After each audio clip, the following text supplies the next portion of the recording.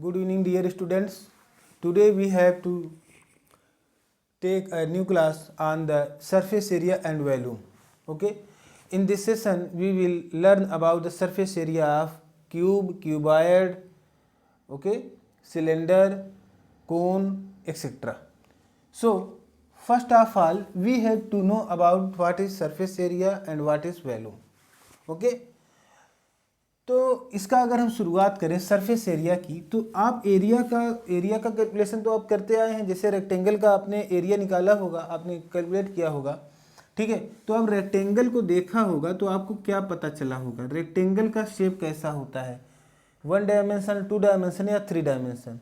तो यहाँ पे देखिए आपका एक्स एक्सिस होता है और वाई एक्सिस होता है। आप अगर अपने पेन को चलाना चाहेंगे तो या तो एक्स एक्सिस पे जाएंगे या तो वाई एक्सिस पे जाएंगे, ठीक है। और कोई एक्सिस पे आप जा नहीं सकते, जेड एक्सिस पे आप आ नहीं सकते। तो यहाँ पे 2 डायमेंशन कैसा शेप है, 2D का शेप है, ठीक है। 1D में क्या होता है, जस्ट एक लाइन होती है। 1 डायमेंशन में क्या होता है, कोई एक लाइन होती है, सिर्फ एक ही लाइन होती है, एक एक्सिस होता है, चाहे एक्स एक्सिस हो या वाई एक्सिस हो। तो इसलिए इसको 1 डायमेंशन बोलते हैं, 1 डायमेंशन, ठीक है। तो 1 डायमेंशन में ना आप एरिया निकाल सकते हैं ना वॉल्यूम निकाल सकते हैं, ठीक है। तो यहाँ पे इसको भूल जाइए, यहाँ पे इसका कोई भी काम नहीं है, हटा देते हैं 1 डायमेंशन को। 2 डायमेंशन से कहानी शुरू होती है, जिसमें 2 डायमेंशन में आप क्या कैलकुलेट करते हैं, एरिया कैलकुलेट करते हैं। उसके बाद बात आती है वॉल्यूम की। तो बहुत सारी ऐसे 3 डायमेंशन की शेप्स होती हैं जिसका वॉल्यूम निकाल सकते हैं। जैसे कि आप जिस रूम में आप बैठे हैं, आपका जो क्लासरूम होता है वो अक्सर क्यूबॉइड के शेप का होता है, ठीक है। तो उसमें क्या होता है कि आप तीनों तरफ मूव कर सकते हैं। जैसे मान लीजिए आपके पास इस तरह से क्यूबॉइड है, जो कि एक क्या है, एक बॉक्स है। सपोज दैट एक बॉक्स है जिसमें लेंथ भी है, ब्रेथ भी है और हाइट भी है। अब यहाँ पर आप क्या कर सकते हैं, यहाँ पर इसका वॉल्यूम कैलकुलेट कर सकते हैं, क्योंकि यहाँ पर आप एक्स एक्सिस में मूव कर सकते हैं, वाई एक्सिस पे मूव कर सकते हैं, जेड एक्सिस पे भी मूव कर सकते हैं। पूरा एक ऐसा स्पेस मिलेगा जिसमें आप 3 डायमेंशन में आप मूव कर सकते हैं, मूवमेंट कर सकते हैं। इसलिए इसका आप वॉल्यूम भी कैलकुलेट कर सकते हैं। बात करें कि इसके क्या हम इसका सरफेस एरिया निकाल सकते हैं, तो यहाँ पर केवल इतना कर सकते हैं कि जितने सरफेस आपको 3 डायमेंशन में मिलेंगे आप उनके सरफेस को कैलकुलेट कर सकते हैं। जैसे बात करें क्यूबॉइड की, तो क्यूबॉइड में कितने सरफेस हैं, तो आप देखेंगे इसमें जो है 6 रेक्टेंगुलर सरफेस हैं, ठीक है। 6 रेक्टेंगल्स हैं और सबका आप अलग अलग एरिया फाइंड करेंगे और सबको ऐड कर देंगे तो इसका आपको क्या मिल जाएगा, सरफेस एरिया मिल जाएगा, ठीक है। चलिए आगे बढ़ते हैं। अब बात करेंगे सीधे क्यूबॉइड की, केवल क्यूबॉइड की बात करेंगे, surface area and volume of cuboid, ठीक है। यही सबसे बेसिक है। इसको अगर आप समझ लेंगे तो आप क्यूब को भी समझ लेंगे, उसके बाद फर्दर और भी टाइप के क्वेश्चंस आप समझते चले जाएंगे। देखिए बात करेंगे बेटा क्यूबॉइड की, तो देखिए क्यूबॉइड में क्या होता है, क्यूबॉइड में एक लेंथ होती है, ठीक। क्यूबॉइड में एक ब्रेथ होती है, लेंथ होती है, ब्रेथ होती है, ठीक, और हाइट होती है, यच हाइट है ना। अब ये हाइट चाहे यहाँ से यहाँ मेजर करिए, यहाँ से यहाँ करिए, यहाँ से यहाँ करिए, यहाँ से यहाँ करिए, हाइट है ना। अब देखिए, अब बात करें सरफेस एरिया की। देखिए इसमें कितने सरफेस हैं, 6 सरफेस है और सबका एरिया आपको निकालना है, ठीक है। तो 6 सरफेस किस रूप में है, तो जैसे मान लीजिए हमारे पास ये बुक है, ये बुक भी तो एक क्यूबॉइड है। देखिए एक सरफेस ये है, दूसरा ये है, तीसरा ये है, चौथा ये वाला सरफेस है और 5वां ये वाला और 6वां नीचे, तो 6 सरफेस हैं, ठीक है। और हर एक सरफेस को अगर आप ध्यान से देखेंगे, अगर इसको L मानेंगे और इसको B मानेंगे तो L इंटू B करेंगे तो इसका एक एरिया आ जाएगा, ठीक है। तो अगर किसी भी सरफेस को आप देखें, हर एक सरफेस एक रेक्टेंगुलर शेप का है, ठीक है। तो अगर हम इसके टोटल सरफेस एरिया की बात करें, इसको टोटल सरफेस एरिया टर्मिनोलॉजी इसलिए नहीं यूज होता कि इसमें कर्व सरफेस एरिया नाम का कोई चीज़ नहीं होता, क्योंकि ये कर्व शेप का है ही नहीं, ठीक है। तो यहाँ पर जो है इसका सरफेस एरिया हम निकालते हैं। सरफेस एरिया क्या होता है, तो देखिए अगर हम इसके नीचे वाले का सरफेस एरिया निकालें, मतलब जो नीचे नीचे वाला सरफेस है जो एकदम तल में है, ठीक है, तो क्या हो जाएगा, ये एक रेक्टेंगुलर शेप का है, तो रेक्टेंगल का क्या होता है, यल इंटू बी होता है, यल बी हो जाएगा, ठीक है। दूसरा, अगर हम इसके जस्ट ऊपर वाले का करें वो भी सेम आएगा, यल इंटू बी आएगा, ठीक है, प्लस आप यल इंटू बी कर सकते हैं, प्लस। अब हमने दो चीज़ का एरिया निकाल लिया, जो सबसे नीचे के तल में था, सबसे ऊपर के तल में था। उसके बाद अगर हम फ्रंट वाले की बात करें, तो अगर हमारा ये एच है, ये यल है, तो ये मल्टीप्लाई ये करेंगे तो हमारा ये एरिया आ जाएगा, फ्रंट का एरिया आ जाएगा, ठीक है। तो हमारे पास क्या आ जाएगा, यल इंटू एच हो जाएगा, एच इंटू यल हो जाएगा, प्लस अब इसका डबल भी करेंगे, एच इंटू यल करेंगे, क्योंकि ये दो बार है, क्योंकि एक फ्रंट पे एक इसके बैक पे है, ठीक है। उसके बाद इस साइड का आप निकालेंगे और इस साइड का निकालेंगे, इस साइड का निकालेंगे, बी इंटू एच हो जाएगा, प्लस बी इंटू एच हो जाएगा, प्लस इस साइड वाला भी बी इंटू एच है। कैलकुलेट करिए तो देखिए 2LB plus 2HL plus 2BH, ठीक है, इस तरह से आ गया। आप कॉमन कर लीजिए 2 को, ठीक है, LB plus BH plus HL, ठीक है। ये जो आया है फार्मूला, यही आपका क्या है, सरफेस एरिया है, total surface area of A cuboid. बात समझ में आ रही है, ठीक है। तो ये आप फार्मूला पहले तो नोट कर लें, सरफेस एरिया ऑफ क्यूबॉइड, ठीक। इसी पर बेस्ड आपका क्यूब भी है, हम उसको आगे भी चर्चा करेंगे, लेकिन उसके पहले क्यूबॉइड के कुछ और चीज़ों को समझ लीजिए, ठीक है। अब हम बात करेंगे किसका, वॉल्यूम की बात करेंगे। किसकी बात करेंगे बच्चे, वॉल्यूम की बात करेंगे। तो किसी भी चीज़ का, किसी भी 3D शेप का वॉल्यूम क्या होता है, ठीक है। 3D शेप का अगर हम वॉल्यूम कैलकुलेट करना चाहें तो हमें क्या मिलता है, उसके लिए हम क्या करेंगे, हम बेस का एरिया लेते हैं और उसमें उसके हाइट को मल्टीप्लाई कर देते हैं, ठीक है। तो अगर हम इसमें करेंगे वॉल्यूम, अगर हम बात करें, ये आ गया सरफेस एरिया। अगर हम बात करें volume, volume of cuboid is equal to area of base,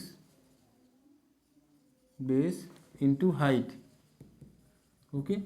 अब देखिए एरिया ऑफ बेस क्या हो जाएगा, जो बेस का एरिया है, यानी जो बेस वाला सरफेस है, तो वो रेक्टेंगल है, रेक्टेंगुलर शेप का है, तो यल इंटू बी कर देंगे, इंटू हाइट एच है। तो इस तरह से आपको क्या मिल गया बेटा, यल बी एच। तो L B H is the volume of the cuboid, okay.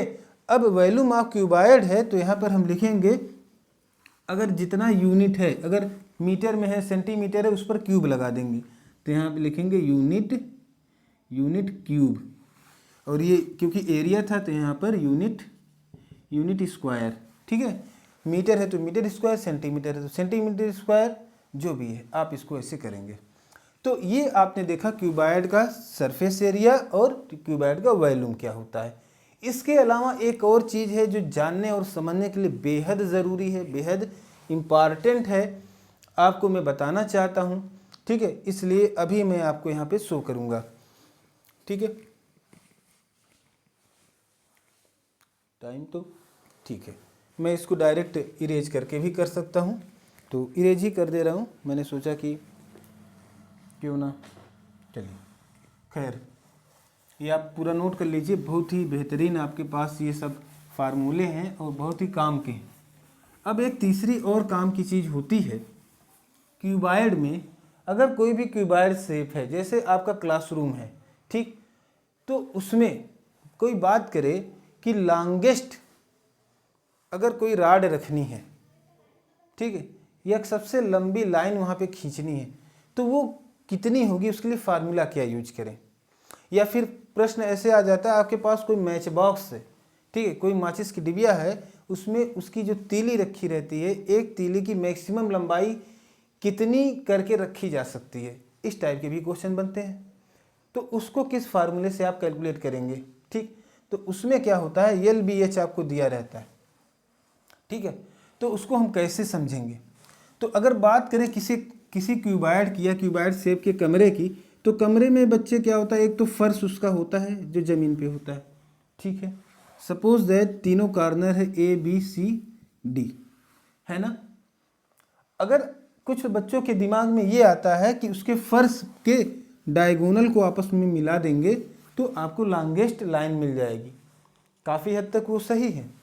वो सही इसलिए है क्योंकि वो केवल 2D को देख रहे हैं, वो 3D पर उनकी नज़र है ही नहीं। वो क्या देख रहे हैं, क्योंकि 2 डायमेंशन देख रहे हैं, केवल फर्श को देख रहे हैं, मतलब नीचे वाली जो बॉटम की जो सरफेस है केवल उसको देख रहे हैं, ठीक है। इसलिए वो केवल उसके डायगोनल को बता रहे हैं। जबकि हमको चाहिए क्या, हमको इससे भी लंबी एक लाइन चाहिए जो कि क्या होगी, जो होगी उस क्यूबाइड के डायगोनल। तो हमें क्यूबाइड का डायगोनल कैसे कैलकुलेट करना पड़ेगा, ठीक है, उसको आइए सीखते हैं।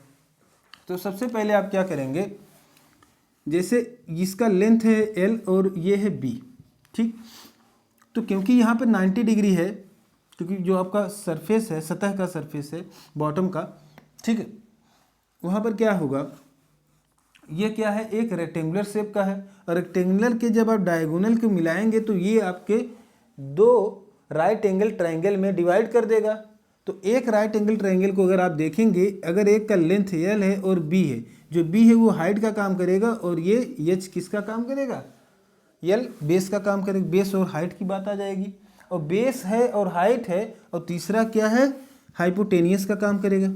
जो डायगोनल होगा वो हाइपोटेनियस का काम करेगा, तो मैक्सिमम तो वही हो जाएगा in the case of only in the bottom surface. Bottom surface में अगर रखेंगे तो सबसे ज़्यादा जो है इसका हाइपोटेनियस यानी डायगोनल हो जाएगा, ठीक है, ये बात सही है। अगर इसी हाइपोटेनियस को कैलकुलेट कर लें पाइथागोरस थ्योरम से तो क्या आ जाएगा, अंडर रूट L² + B² आपको मिल जाएगा, ठीक है, वेरी गुड। अब क्या करेंगे, अब हम अगर अपने इस सरफेस को देखें और यहाँ से यहाँ तक को सरफेस के दो कॉर्नर को मिलाएंगे तो हमको यही तो मिलेगा जो AC मिला है, जो AC जो H मिला है, ठीक है। अब हम अगर ये लाइन को देखें और इस लाइन को देखें तो इनके बीच एंगल कितना है, 90 डिग्री है, यानी यहाँ पर ऐसे है और इनके बीच कितना है, 90 डिग्री का एंगल है। इस कॉर्नर को ऊपर तक देखें, ऊपर वाला जो कॉर्नर है कमरे का, यानी ये वाला कॉर्नर, इस कॉर्नर को इस कॉर्नर से आप मिलाएंगे सीधी लाइन से, तो ये जो नई वाली लाइन आपकी बनेगी, मैं इसको डॉटेड करके आपको समझा रहा हूँ, ये जो नई वाली लाइन हमने आपको बनाया है इसको मैं थोड़ा सा डिजाइनदार बना दे रहा हूँ, ठीक है, वैसे तो सीधी लाइन ही बनेगी। तो ये जो लाइन आपकी बन रही है ये लॉन्गेस्ट लाइन होगी, और इतने ही मैक्सिमम लेंथ की रॉड को यहाँ पे रखा जा सकता है इस कमरे में, या फिर इतने ही मैक्सिमम लेंथ की जो है माचिस की तीली मैच बॉक्स में रखी जा सकती है, ठीक है। तो इसकी लेंथ को कैसे कैलकुलेट करें, अब देखिए यहाँ पर आप ध्यान से देखेंगे, जो यहाँ पर ये दिख रहा है और यहाँ पर ऐसे ऐसे करके ये दिख रहा है ये वाला, और यहाँ पर आप ऐसे कर रहे हैं और ये आपने इसको मिलाया हुआ था, ये जो 90 डिग्री बन रहा है यहाँ पर भी तो एक राइट एंगल ट्रायंगल बन रहा है, ठीक है। और ये जो इसकी वैल्यू आपने अभी कैलकुलेट कर थी H इसकी वैल्यू आपने कैलकुलेट की थी, इसकी वैल्यू आई थी अंडर रूट L² + B², यही तो आपका H था। और ये वाला जो H है ये अभी भी यहाँ पर H है।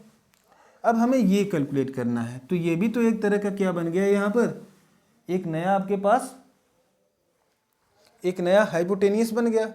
अब यहाँ पे फिर से पाइथागोरस थ्योरम लगेगा, जब दोबारा पाइथागोरस थ्योरम आप लगाएंगे तो जो इसकी लेंथ आएगी वो क्या आएगी, under root H² + small h²।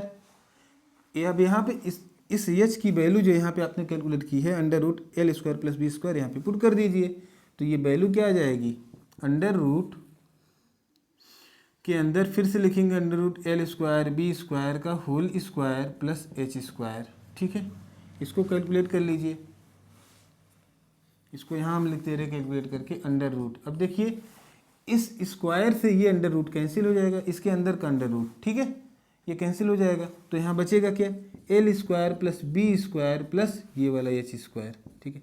तो ये रिक्वायर्ड फार्मूला हो जाएगा, and this is the diagonal of A cuboid, this is the diagonal of cuboid. तो यहाँ पे हेडिंग आप डाल लीजिए शुरुआत में, डायगोनल ऑफ अ क्यूबॉइड, तो वो क्या होगा, ये होगा बेटा D equal to under root L² + B² plus H²। एक ऐसा क्यूबॉइड जिसमें उसको आपको तीनों एजेस आपको पता होंगे, length breadth and height. so that you can calculate the longest distance in a cuboid shape. Okay, are you getting it? Okay, ठीक है, इसको नोट करिए, फिर आपको आगे लेकर चलते हैं, थोड़ा सा क्यूब की तरफ लेकर के चलते हैं। समय देख लेते हैं बेटा, समय 15 मिनट हुए हैं, तो अभी भी हम क्यूब के फार्मूले को भी पढ़ सकते हैं। तो क्यूबॉइड में जो फार्मूले की बात आएगी तो इतने ही फार्मूले आपको याद रखने हैं, पढ़ने हैं, समझने हैं, ठीक है। इस पर रिलेटेड क्वेश्चंस भी हम कराएंगे, पहले आप इन चीज़ों को अच्छे से समझ लीजिए किस तरह से क्यूब रिलेटेड है क्यूबॉइड से, उसके कंसेप्ट को भी हम अभी समझा देंगे, उसके बाद फिर आगे बढ़ेंगे, ठीक है। तो नोट कीजिए और हम चलते हैं क्यूब के पास, हटा देते हैं, आइए क्यूब को देखते हैं। क्यूब और क्यूबॉइड में क्या डिफरेंस है, देखिए क्यूब, तो जो आपका क्यूब होता है एक्चुअली क्यूब भी 3 डायमेंशनल शेप का है, क्यूबॉइड भी है। दरअसल क्यूबॉइड जो बनता है उसमें लेंथ, ब्रेथ और हाइट तीनों होते हैं, जबकि जो हमारा क्यूब होता है इसमें लेंथ, ब्रेथ और जो हाइट होते हैं वो सेम टू सेम होते हैं, ठीक है। जितना लेंथ होगा उतना ब्रेथ होगा उतनी ही हाइट होगी, तो क्यूब बन जाएगा। एक्चुअल में दूसरे शब्दों में अगर कहना चाहें तो ये कह सकते हैं जो रेक्टेंगल होता है वो 6 रेक्टेंगल से मिलके बना होता है, जबकि जो स्क्वायर, जो आपका क्यूब होता है वो 6 स्क्वायर से मिलके बना होता है। यानी इसका भी शेप एकदम वैसा ही होता है, 3 डायमेंशनल होता है, लेकिन इसमें जो है, इसमें जितना लेंथ होगा, अगर इसका लेंथ a है, ब्रेथ भी a है, तो हाइट भी a होगी, ठीक है। और इस कंडीशन में आप देखेंगे अगर इसकी हाइट भी a है, ब्रेथ भी a है, तो इधर वाला जो आप देखेंगे एरिया, और ये हाइट भी है, ये भी है, तो यहाँ पर देखिए कि स्क्वायर बन रहा है, इधर भी स्क्वायर बनेगा, स्क्वायर स्क्वायर स्क्वायर स्क्वायर, फिर स्क्वायर, फिर ऊपर भी स्क्वायर, तो 4 स्क्वायर मिल करके एक क्यूब बना लेते हैं, ठीक है। ज़्यादातर जो डाइस बनते हैं वो क्यूब ही होते हैं, क्यूबॉइड नहीं तो क्यूब के शेप के भी बनते हैं, क्यूबॉइड के शेप के भी बनते हैं, ठीक है। तो क्यूब के शेप के ज़्यादा बनते हैं, ठीक है। तो अब देखिए आगे, ये हो गई बच्चे क्यूब की बात। अब क्यूब में हमें क्या कुछ चीज़ें जानना है, एक तो हमें सरफेस एरिया निकालना है। तो बात करें अगर सरफेस एरिया की अगर बात करें तो क्या हमें मिलेगा, हम क्या करेंगे, इसमें हमारे पास 6 स्क्वायर हैं और सेम साइज के स्क्वायर हैं, तो अगर एक स्क्वायर का हम सरफेस एरिया निकाल लें, 6 से मल्टीप्लाई कर दें, तो हमारे पास क्या आ जाएगा, सरफेस एरिया आ जाएगा। तो देखिए a इंटू ए किया तो ये पूरा एरिया आ गया, ठीक है। अब क्योंकि सारे यहाँ पे स्क्वायर हैं और सेम है, तो हम कह सकते हैं ए स्क्वायर प्लस ए स्क्वायर प्लस ए स्क्वायर, ऐसे ऐसे करते जाएंगे, 6 टाइम करेंगे, ठीक है। तो हम सीधे लिख देते हैं 6a स्क्वायर, ठीक है। तो सरफेस एरिया इसका हमें मिल जाएगा। या फिर आपने जो क्यूबॉइड का फार्मूला लिखा था उसमें भी आप इसकी वैल्यू पुट कर दीजिए, ठीक है। जैसे क्यूबॉइड का जो आपने सरफेस एरिया निकालना था 2LB plus BH plus HL। अब यहाँ L, B और H तीनों क्या है, A है, तो आप क्या करेंगे, 2 यहाँ लिखेंगे, A इंटू ए लिखेंगे, प्लस A इंटू ए लिखेंगे, प्लस A इंटू ए लिखेंगे, ठीक है। 2A square plus A square plus A square, ठीक है, is equal to 1 2 3 3A square multiplied by 2, तो ये जाएगा 6A स्क्वायर। तो ऐसे भी आप जो है क्यूबॉइड के कंसेप्ट से भी ये फार्मूला आप 6A स्क्वायर आप डेराइव कर सकते हैं, ठीक है। तो बेसिकली क्यूबॉइड के कंसेप्ट से ही ये फार्मूला आया है, तो आप चाहें तो इसको नोट करें, बहुत ही इंपॉर्टेंट है, इसको आप नोट कर लें अभी, ठीक। फिर हम आगे चलते हैं, ये हो गया सरफेस एरिया की बात। इसी तरह से इसका वॉल्यूम का भी हम देख लेते हैं, ठीक है। आइए इसके वॉल्यूम की बात करते हैं। तो volume of a cube, volume of a cube, बच्चे अब क्यूब की बात करें तो इसके वॉल्यूम की बात कर रहे हैं, किसकी, वॉल्यूम की। तो इसके अंदर कितनी जगह है ये किस पे डिपेंड करता है, हमने आपको बताया बेस का एरिया निकाल लीजिए, हाइट से मल्टीप्लाई कर दीजिए, तो बेस भी तो आपके पास क्या है, एक स्क्वायर है, ठीक है। बेस का जो सरफेस होगा यहाँ पे ऐसे लिख लीजिए, area of base into height, okay. तो एरिया ऑफ बेस क्या हो जाएगा, ए इंटू ए होगा, इंटू हाइट भी ए है, तो टोटल क्या हो गया बेटा, ए क्यूब हो गया। This is the formula for volume. तो ऐसे वॉल्यूम करके आप ऐसे लिख सकते हैं, एरिया बॉक्स बनाकर अच्छे से, ठीक है, ताकि आप अच्छे से इसका यूज कर सकें, ठीक है। नोट कर लीजिए, ये भी बेहद इंपॉर्टेंट है। इसके बाद क्यूब, अब क्यूब के अंदर जो लॉन्गेस्ट स्ट्रिंग रखी जा सकती है, रॉड रखी जा सकती है, या अगर कोई ऐसा मैच बॉक्स है जो क्यूब की शेप का है, उसमें सबसे लंबी डिस्टेंस क्या हो सकती है उसके अंदर की, ठीक है। तो वो कैसे हम कैलकुलेट करें, तो सीधे से फंडा है, आप जो आपने क्यूबाइड का निकालना है उसी में इसका, जहाँ पे वहाँ पे एल बी एस था वहाँ पर हम ए रख देंगे इसका एक, ठीक है, और हमें वो चीज़ मिल जाएगा।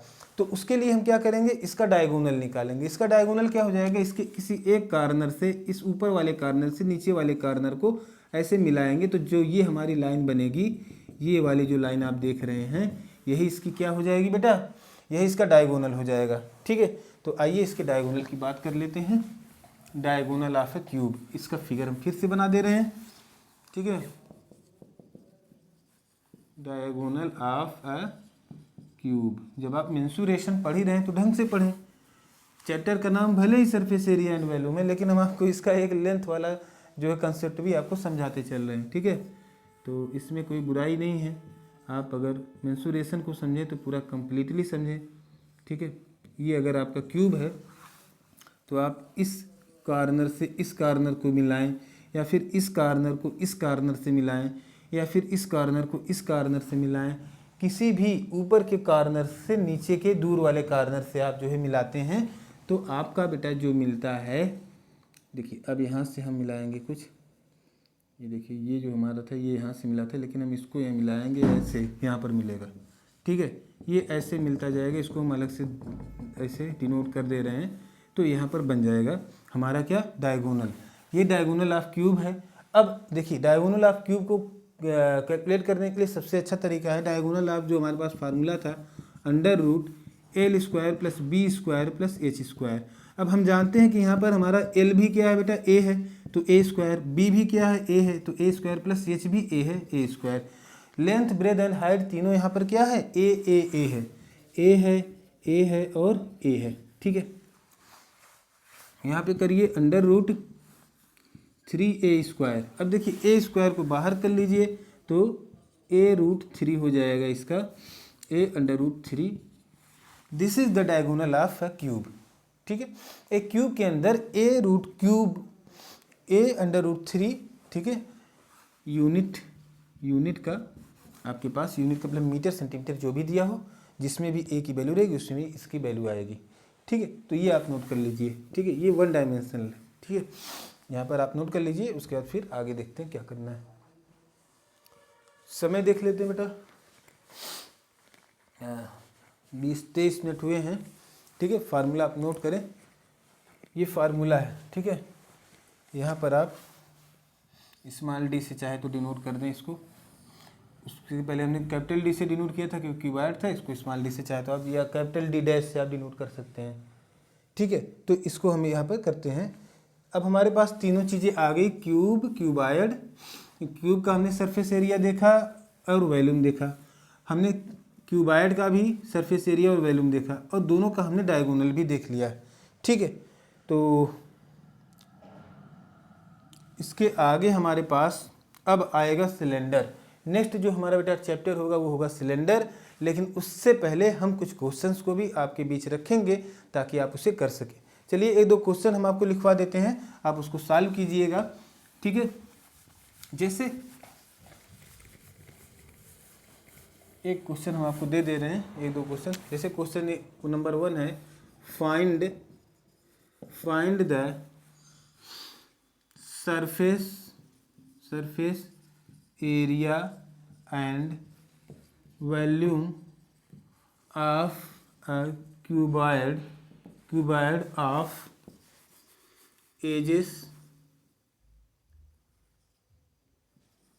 Of edges 5 centimetre, 7 centimetre and 14 centimetre. ठीक है, इस तरह का अगर आपके पास है तो आप कैसे कैलकुलेट करेंगे। ठीक है, तो इसको आप कैलकुलेट कीजिए, आप वही फार्मूला लगाइए। यहाँ पे देखिए एल कितना दिया है 5 सेंटीमीटर दिया है, बी कितना दिया है 7 सेंटीमीटर दिया, और सी और एच कितना दिया है 14 सेंटीमीटर दिया। एल बी एच आपको दिया है, आपको क्या करना है सरफेस एरिया कैलकुलेट करना है। तो सरफेस एरिया इसका क्या होता है 3LB plus BH plus HL। ठीक है, ये आपका होता है सरफेस एरिया का फार्मूला। सॉरी यहाँ पे 2LB plus BH plus HL। तो यहाँ पे लिखेंगे 2LB लिखेंगे 5 इंटू 7 प्लस BH यानी 7 इंटू 14 प्लस HL 14 इंटू 5। ठीक है, इक्वल टू 2। यहाँ पे हो जाएगा 35 प्लस 98 प्लस 70।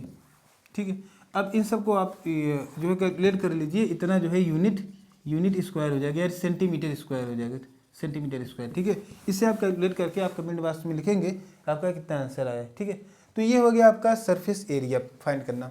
अब वॉल्यूम की बात करें तो वॉल्यूम का फार्मूला लगाएंगे तो आपको वॉल्यूम मिल जाएगा। ठीक है, चलिए वॉल्यूम का फार्मूला यहाँ फिर से लिख दे रहे हैं, आप इसको कैलकुलेट कीजिएगा। तो इसका वॉल्यूम क्या हो जाएगा तो बच्चे बेस का एरिया इंटू हाइट होता है, तो इसका वॉल्यूम होता है LBH। क्या होता है LBH होता है। तो आप कर लीजिए आपका 5 इंटू 7 इंटू 14। ठीक है, इसको आप करिएगा सेंटीमीटर क्यूब आज का आ जाएगा आंसर। ठीक है, तो ये आपका हो गया सरफेस एरिया एंड वॉल्यूम।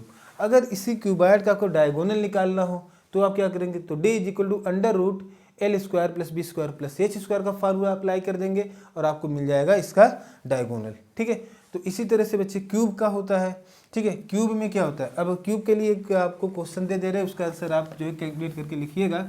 जैसे मान लीजिए find the surface area and volume of a cube of edges. अच्छा ऑफ एजेस क्यों हम लिखेंगे इसके, विच हैज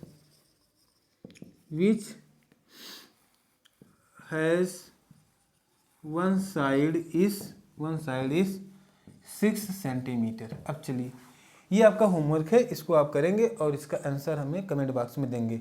इसका पहला आंसर ए किसके लिए सरफेस एरिया के लिए आपको निकालना है, दूसरा है इसका वॉल्यूम के लिए निकालना है। ठीक है, दोनों आंसर आप हमको देंगे। तो आज के लिए बस इतना ही। Thank you so much for watching this video, और इसी तरह से आप हमारे साथ बने रहिए। आपका डेली टू डेली आपका जो भी क्लास का है प्रोग्राम वो पूरा यहाँ पे रिवीजन होता रहेगा। ठीक है, और जो भी पर्सनल गाइडेंस अगर चाहते हैं तो आप हमें जो है हमारे डिस्क्रिप्शन में लिंक है, आप हमसे संपर्क भी कर सकते हैं। Thank you so much for watching this video.